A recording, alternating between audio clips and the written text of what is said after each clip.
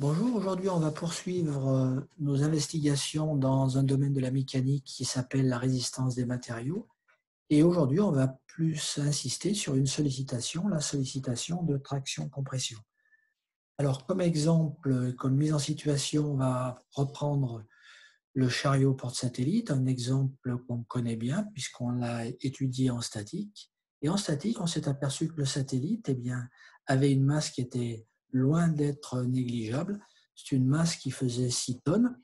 Et donc, on peut calculer, comme on l'a déjà fait, on peut calculer facilement son poids.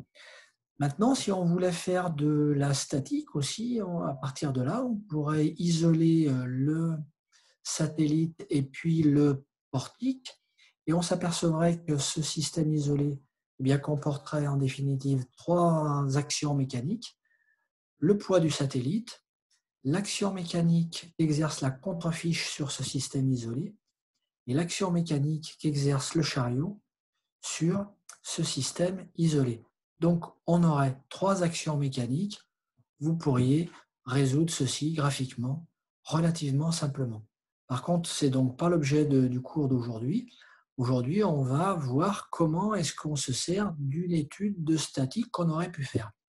Alors, une fois qu'on a fait ça, on suppose que les calculs de statique sont déjà faits et on a donc une contrefiche qui est soumise à 2 actions mécaniques. 2 actions mécaniques, pourquoi?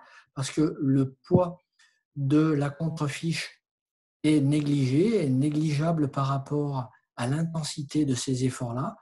Donc, on prend comme hypothèse simplificatrice de négliger le poids de la contrefiche. Ce qui nous arrange bien d'ailleurs, puisqu'on sait que lorsqu'un système est en équilibre sous l'action de 2 forces, ces 2 forces sont directement opposées, ont donc exactement la même intensité, et c'est pour ça que ce que j'ai appelé la force E de 2 sur 3 et la force D de 1 sur 3 sont égales en intensité, mais opposées en sens, en direction. Alors, quand je dis E de 2 sur 3, ça veut dire quoi? Ça veut dire l'action qui s'exerce en E, donc que 2 exerce sur 3. Donc là, dans ces conditions, j'ai isolé la contrefiche 3. C'est pour ça que, comme action mécanique, on aura l'action mécanique de 2 sur 3. Et là, on aura l'action mécanique de 1 sur 3. Maintenant, ces actions mécaniques, on les a déjà calculées, enfin, on peut supposer qu'on les a calculées. Et donc, si je reprends cette contrefiche, cette fois, je la mets à part, comme ceci, pour simplifier les dessins, la représentation, ben voilà ce que l'on va avoir. Finalement, ça revient bien exactement au même que ça. Donc, je vais mettre des axes. Donc, l'axe longitudinal, ça sera l'axe X.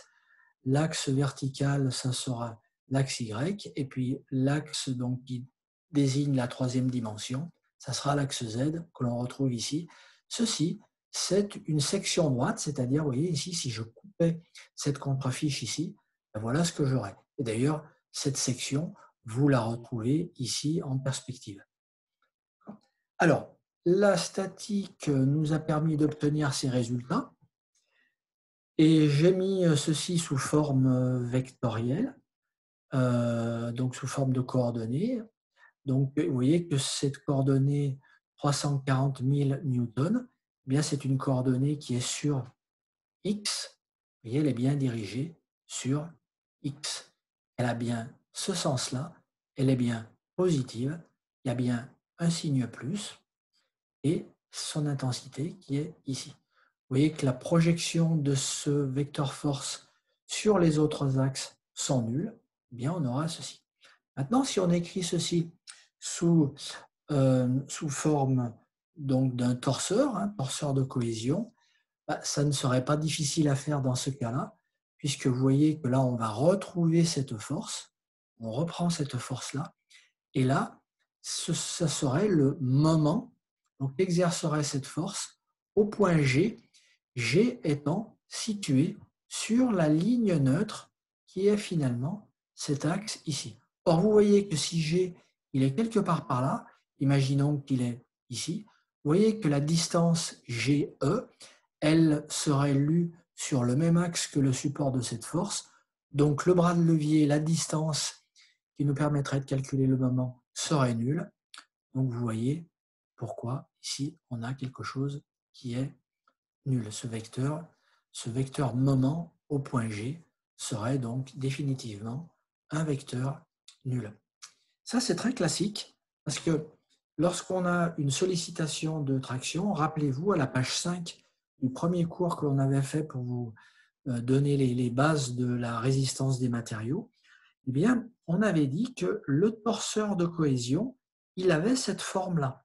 Donc, bien sûr, ce tableau, il faut s'en servir, il faut le connaître, ou tout du moins connaître les éléments essentiels. Et ça, c'est un élément qui est assez important ici.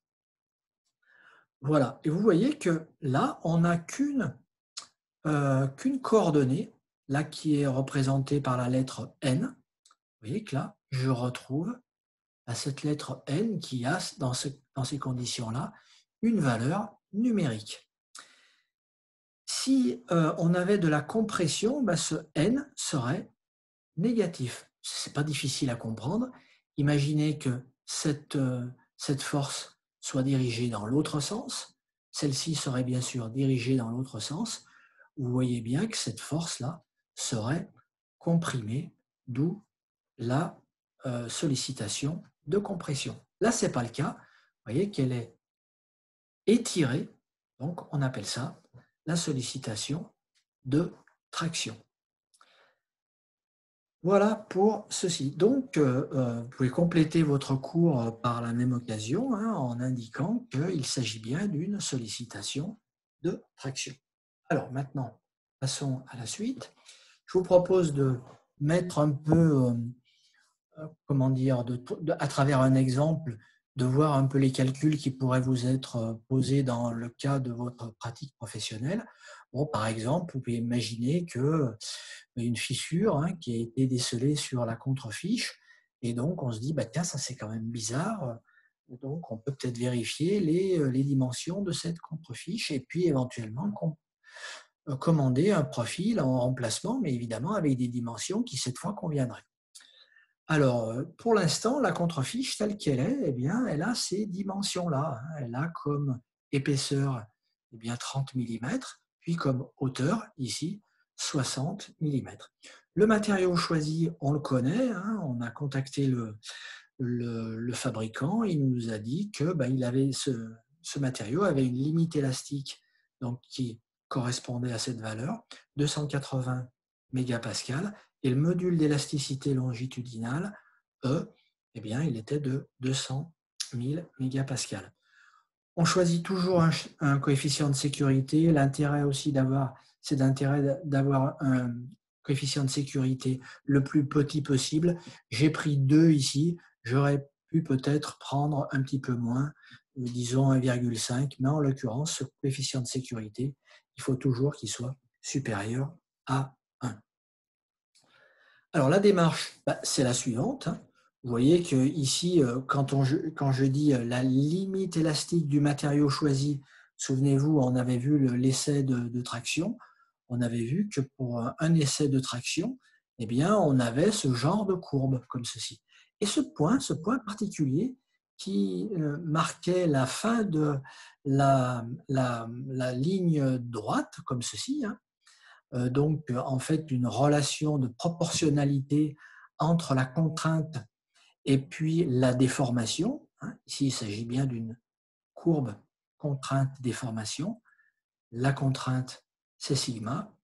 La déformation, c'est epsilon. On en a déjà parlé la dernière fois. Revoyez votre cours si vous n'êtes plus vraiment sûr. Et RE, c'est vraiment ce point-là. Alors, qu'est-ce qu'on fait? On va prendre en considération justement ce coefficient de sécurité qui est ici. Le voilà. Comment est-ce qu'on va faire? On va calculer ce qu'on appelle une résistance pratique à l'extension, d'où le nom RPE, résistance pratique à l'extension. Qu'est-ce que ça veut dire ça? Ça veut dire que malgré tout, quand on fait un essai, eh bien, il y a une petite incertitude, c'est-à-dire que cette valeur, certes, elle est donnée par ce graphique, mais ça dépend tout des lots de fabrication. Peut-être que cette limite élastique, elle sera peut-être un petit peu plus grande, mais elle pourrait être un tout petit peu plus petite. D'où l'intérêt de prendre une valeur qui est située un petit peu en dessous. Pourquoi? Pour être en sécurité. Parce que je vous rappelle que dans tous les calculs, il faut qu'on se situe dans cette zone-là, qui est ce qu'on appelle le domaine élastique. Domaine élastique, ça veut dire que si j'exerce un effort sur la pièce, et donc la pièce va forcément se déformer, et lorsque je relâche cet effort, la pièce devrait reprendre sa position initiale, d'où ce nom domaine élastique. Alors il faut bien rester dans ce domaine-là quand on fait des calculs. Alors on va calculer cette résistance pratique à l'extension. Et puis ensuite on appliquera une condition de résistance, c'est-à-dire là je vais faire intervenir les dimensions de ma pièce. D'accord? Alors ici, vous voyez que là, en fait, on fait intervenir le matériau. Et ici, pour la condition de résistance, on fera intervenir les dimensions de la pièce. Alors, cette résistance pratique, en fait, sa formule est très simple. On va faire en sorte que cette limite élastique soit plus petite. Donc, on va diviser cette limite élastique, ici, par le coefficient de sécurité. Vous voyez qu'on a tout ici. On a la limite élastique et on a le coefficient de sécurité. Donc, ce n'est pas difficile. Et ensuite, on va appliquer la condition de résistance. Cette condition de résistance, elle fait le lien entre le matériau, parce que ça, c'est bien une caractéristique du matériau, et mon système que j'étudie. N, rappelez-vous, c'est la force que l'on avait, c'est-à-dire 340 000, etc. C'est mon système, c'est le système sur lequel je travaille. Et puis S, c'est l'aire de la section droite.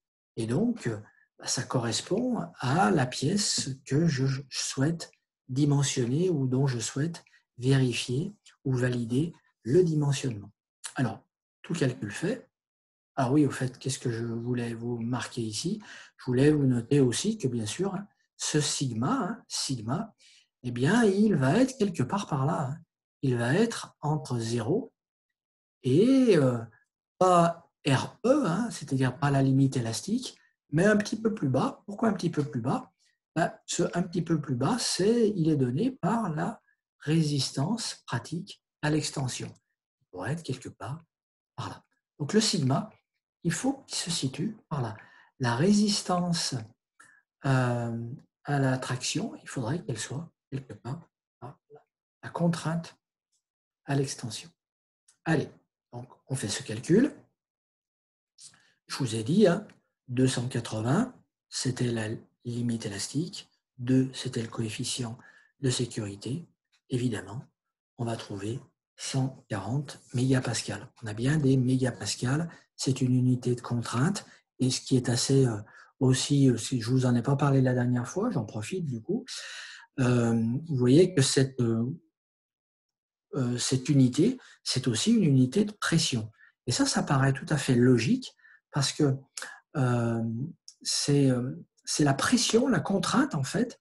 Il faut imaginer que c'est une pression qui s'exerce à l'intérieur des pièces. Vous voyez qu'à l'intérieur des pièces, d'une pièce, si vous coupez évidemment virtuellement, vous avez des molécules, vous avez des éléments de matière qui interagissent les uns aux autres, qui exercent des forces de cohésion les uns par rapport aux autres.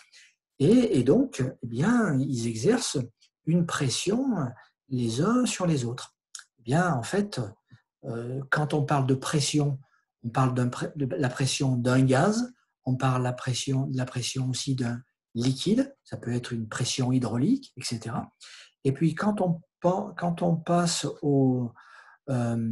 à l'état solide, hein, c'est-à-dire il y a de la matière, hein, et c'est donc ni du gaz ni du liquide, et bien à ce moment-là, on n'appelle pas ça la pression, mais on appelle ça tout simplement la contrainte. Alors maintenant, je vais appliquer la condition de résistance. Eh bien, condition de résistance, vous vous souvenez que N, hein, N, c'était la coordonnée suivant X de la force que j'avais trouvée, ou du torseur de cohésion, si vous voulez. Et donc, c'était bien 340 000. Et la section, c'était la section de la pièce. Hein. Souvenez-vous qu'elle avait une largeur de 30 mm et elle avait une hauteur de 60 mm. Donc, je divise par cette section droite, d'accord, de la barre. Vous voyez que là, dans cette relation, la longueur n'intervient absolument pas. Et eh bien, on se retrouve avec ce résultat-là. Ce résultat, 180,8, qui devrait être inférieur à 140. Qui devrait, je dis bien. Mais vous voyez bien que là, ce n'est pas le cas. Donc, il y a un problème. Donc là, ça ne marche pas. Donc là, c'est pas étonnant que cette pièce, finalement, eh bien, elle avait une fissure. Peut-être cette fissure, elle s'est produite rapidement, ou on ne sait pas trop pourquoi. Mais en l'occurrence, vous voyez que là, ce n'est pas acceptable. Il y a vraiment un gros problème de dimensionnement. Et que cette valeur n'étant pas inférieure à celle-ci, eh bien, elle ne correspond pas à la condition de résistance. Et là, bon, moi, je vais me retrouver au-delà de la valeur de cette valeur-là, hein, et donc je vais me retrouver peut-être dans un domaine plastique, et ça, c'est très, très embêtant. Donc, qu'est-ce que je vais faire? Eh bien, du coup, je vais choisir une dimension qui puisse convenir. Alors, vous voyez ici, l'épaisseur que j'avais choisie, c'était 30. Et puis, la largeur, là, ils appellent ça la largeur, parce qu'ils ont pris le plat dans cette direction-là. Hein, moi, j'avais appelé ça la hauteur. Moi, j'avais pris 60. Voilà, donc effectivement, on vérifie bien que ça existe. Oui, d'ailleurs, ici, là, ça nous donne le poids linéaire, ici. Alors, quand ils appellent ça le poids linéaire, ça fait un peu bondir, hein, parce que c'est un poids exprimé en kilos. Ça fait quand même bizarre. On va plutôt dire une masse linéaire, ça serait peut-être pas plus mal. Bref, donc pour 1 mètre, hein, de ce plat, ici, avec ces dimensions-là, on obtiendrait 14 kg. Donc, il y a quelque chose qu'il faut faire. Donc, je peux procéder par itération, hein, prendre celui-là, celui-là, celui-là, etc., jusqu'à faire en sorte que la condition de résistance soit respectée. Alors, j'ai fait un vague calcul et je me suis aperçu que si je prenais par exemple une largeur de 100 mm, ici, eh bien, donc ça existe, hein, je regarde bien là dans mon tableau, oui, c'est disponible, hein, le fabricant ou le constructeur, il va pouvoir me fournir une telle largeur. C'est aussi évidemment important de regarder quand on va ensuite faire une commande. Et ben là, cette fois, c'est bien, la condition de résistance, elle est bien vérifiée. Donc, j'allais dire, tout va bien. Alors, maintenant, on va aller un petit peu plus loin, parce qu'on va se dire, attention, c'est que dans cette pièce-là, j'ai fait des trous. Et si j'ai fait des trous, oui, j'ai fait des trous, je ne vais pas revenir à la première slide, mais si j'ai forcément fait des trous dans cette contrefiche, vous pouvez regarder dans votre cours à la première page, hein, oui, c'est ce qui va me permettre d'établir les liaisons pivots à la fois entre le chariot et puis aussi avec le portique. Donc, il a bien fallu que je fasse des trous. Si j'ai fait des trous, je vais générer ce qu'on appelle des concentrations de contraintes et qui vont forcément affaiblir la pièce, puisque vous voyez bien qu'à cet endroit-là, il y aura moins de matière. Donc, du coup, on aura un affaiblissement. Alors, à ce stade-là, plusieurs possibilités. Soit on utilise des abacs, et ça existe, mais c'est assez pénible, hein. Surtout maintenant, à l'heure actuelle, on a des ordis, on a notamment SolidWorks, et avec SolidWorks, il y a des modules, donc notamment le module Simulation, qui va très très bien et qui nous permet de faire des études numériques. Et donc, lorsque je fais cette étude numérique, eh bien, voilà ce que j'obtiens. Alors, qu'est-ce que j'obtiens ici? Ben, j'obtiens des valeurs ici. J'obtiens des valeurs en newtons par millimètre carré. On me rappelle ici, hein, que ce sont des mégapascales. Alors, si je regarde, si je prends par exemple celle-là, hein, c'est marqué 3 points, hein, c'est-à-dire virgule, hein, pour nous, ce qui nous concerne en France. Et alors, E 10 puissance, E plus 0,02, c'est une écriture ingénieure qui veut dire 10 puissance 2. E plus 0,02, c'est ce que ça veut dire. 10 puissance plus 2. 10 puissance 2, autrement dit 100. Donc là, ici, j'ai 3. 3 multiplié par 100, eh bien, j'aurai 300. 300 mégapascales. Ah, il y a un problème là. Parce que vous voyez qu'ici, dans cette zone rouge, là, vous voyez que c'est pas étonnant, hein. Vous voyez que là, la contrainte, elle est très importante. Elle est de 395, on va dire comme ça, mégapascal. Or, qu'est-ce qu'on avait dit? On avait dit que ceci là, yield strength, ça veut dire limite élastique. La limite élastique était autour de 280 mégapascal. Donc, cette limite élastique, vous vous souvenez, hein, c'est vraiment le point où eh bien, qu'il ne faut pas dépasser si on veut rester dans le domaine élastique. Donc, cette valeur, où est-ce qu'elle est? Regardez, c'est bien fait, hein. C'est qu'il y a cette flèche-là, cette flèche, elle est là. Donc, 280 ou 282, là, ici, ça serait quelque part par là. Tout ce qui est dans cette zone-là, vous voyez, tout ce qui est jaune, orange et évidemment rouge, tout ça, eh bien, c'est hors limite élastique. Et donc là, on est dans le domaine plastique. Ça plastifie dur, là. Donc ça veut dire qu'il y a des risques, et ce n'est pas étonnant, il y a des risques de fissures et de cassures. Et là, franchement, là, si ça casse, ça va faire mal parce qu'un satellite de 6 tonnes qui tombe sur les pieds, ça va quand même faire du bruit. Donc, vous voyez que ce n'est pas acceptable. Qu'est-ce que je fais là? Eh bien, vous voyez que j'avais fait ceci avec les dimensions que j'avais trouvées précédemment. J'avais pris une épaisseur de 30 mm, une largeur de 100 mm. Et vous voyez, le fait d'avoir fait un trou ici, ben, ça affaiblit considérablement la pièce. Et ben, cet affaiblissement, bien, je m'en suis aperçu en faisant cette étude donc, numérique. Alors, qu'est-ce qu'il faut que je fasse? Cette fois, je vais essayer de changer. Donc, du coup, qu'est-ce que j'ai fait?